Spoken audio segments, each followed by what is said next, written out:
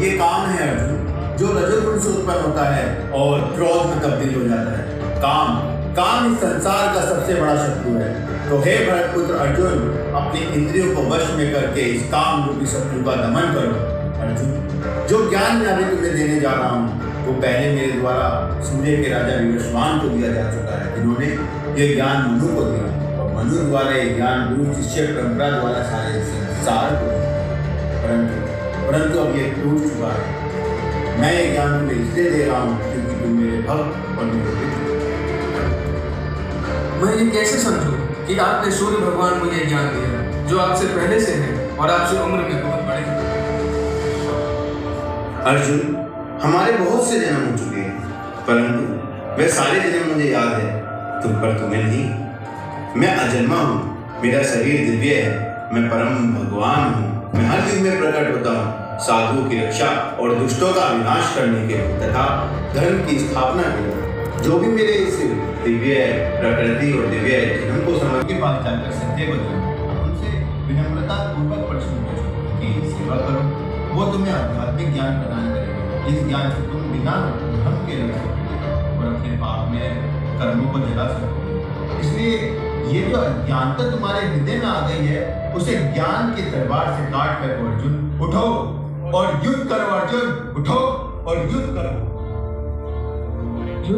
युद्ध कृष्ण, मुझे माफ करना, लेकिन इस ज्ञान में बुद्धि को स्थिर करने के लिए और अज्ञानता से बाहर आने के लिए हमें संन्यास की जरूरत है। लेकिन फिर भी आप मुझे लड़ने के लिए बोल रहे हैं।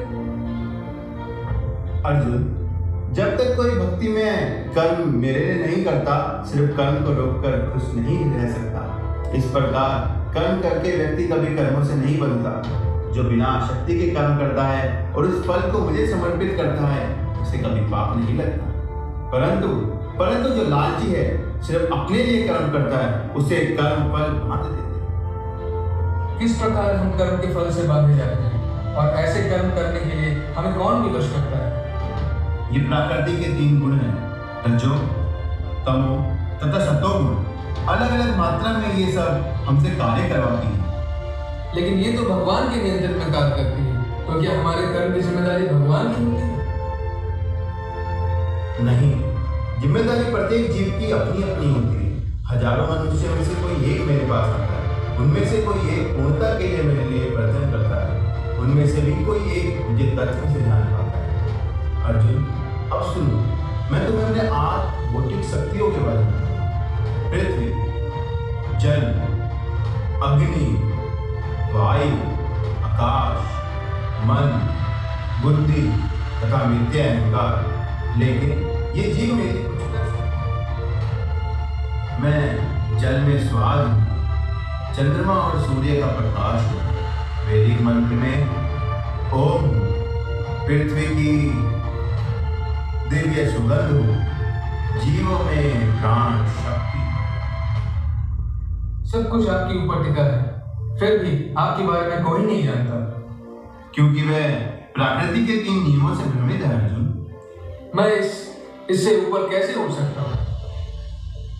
यह कठिन है, लेकिन अगर कोई मेरी शरण में आता है तो तभी वह इस माया को पार कर सकता है। ऐसे व्यक्ति बहुत दुर्लभ है और जो बुद्धिमान नहीं है वह ये सोचते हैं कि मैं भी उन्हीं की तरह जन्म लेता हूँ। सही ज्ञान ना होने के कारण वे मेरी दिव्य प्रकृति को नहीं देख पाते, जो सत चित आनंद से बना है। मंदबुद्धि व्यक्तियों के लिए मैं अपने आप को कभी उजागर नहीं करता, इसलिए वे मुझे अजन्मा को कभी नहीं समझ पाते।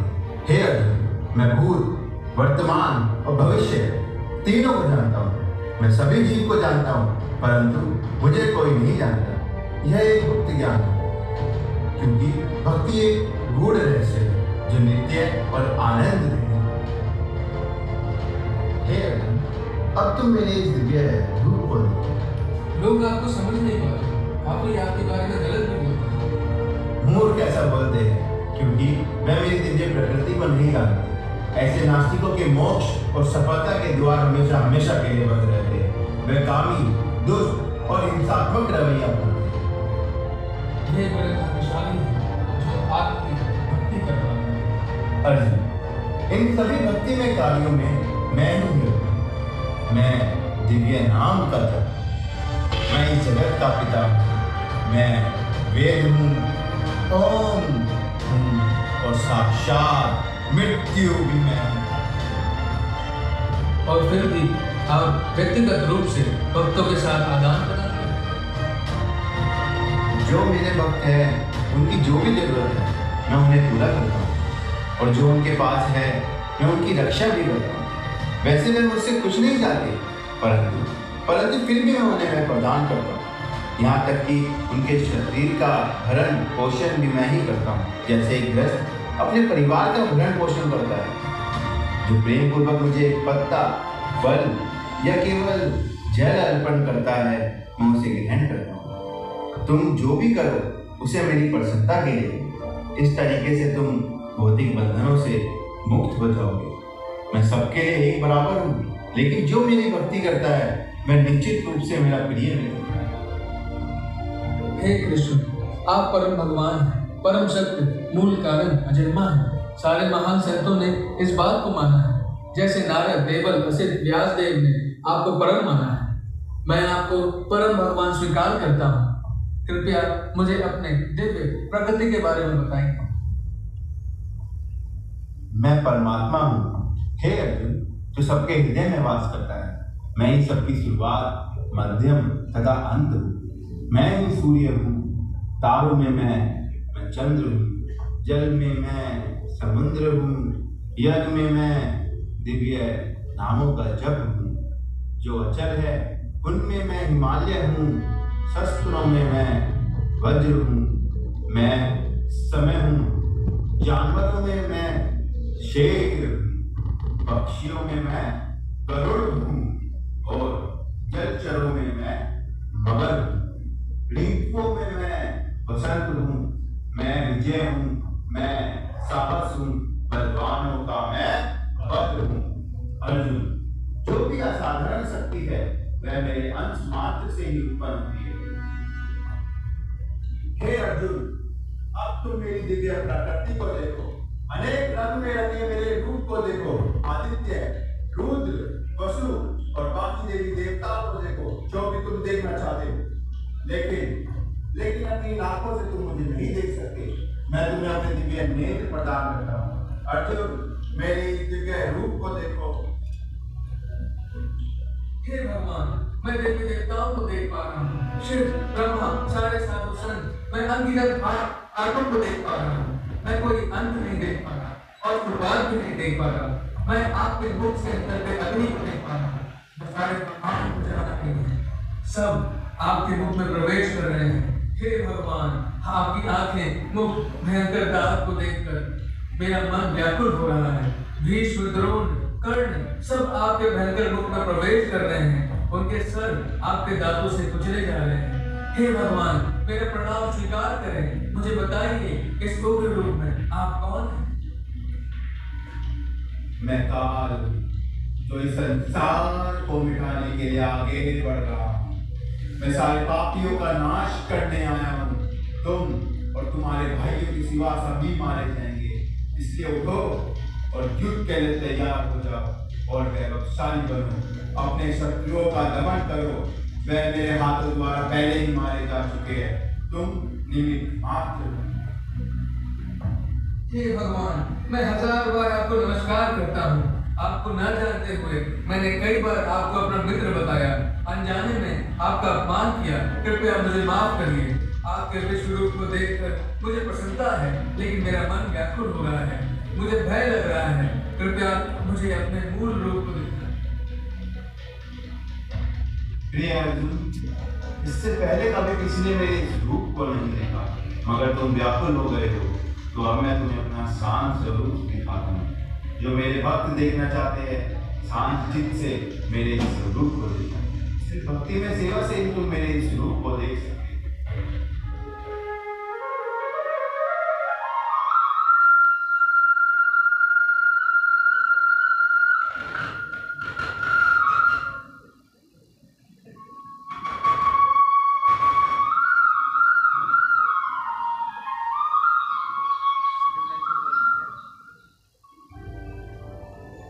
हे भगवान, कृपया करके बताएं कि मुझे क्या करना चाहिए। अपने सारे कर्तव्यों को मेरे लेकर और हमेशा मेरा ध्यान, मैं अपने भक्तों का परम मित्र हूँ, मैं अपने आप को उन्हें दे देता, चिंता मत कर।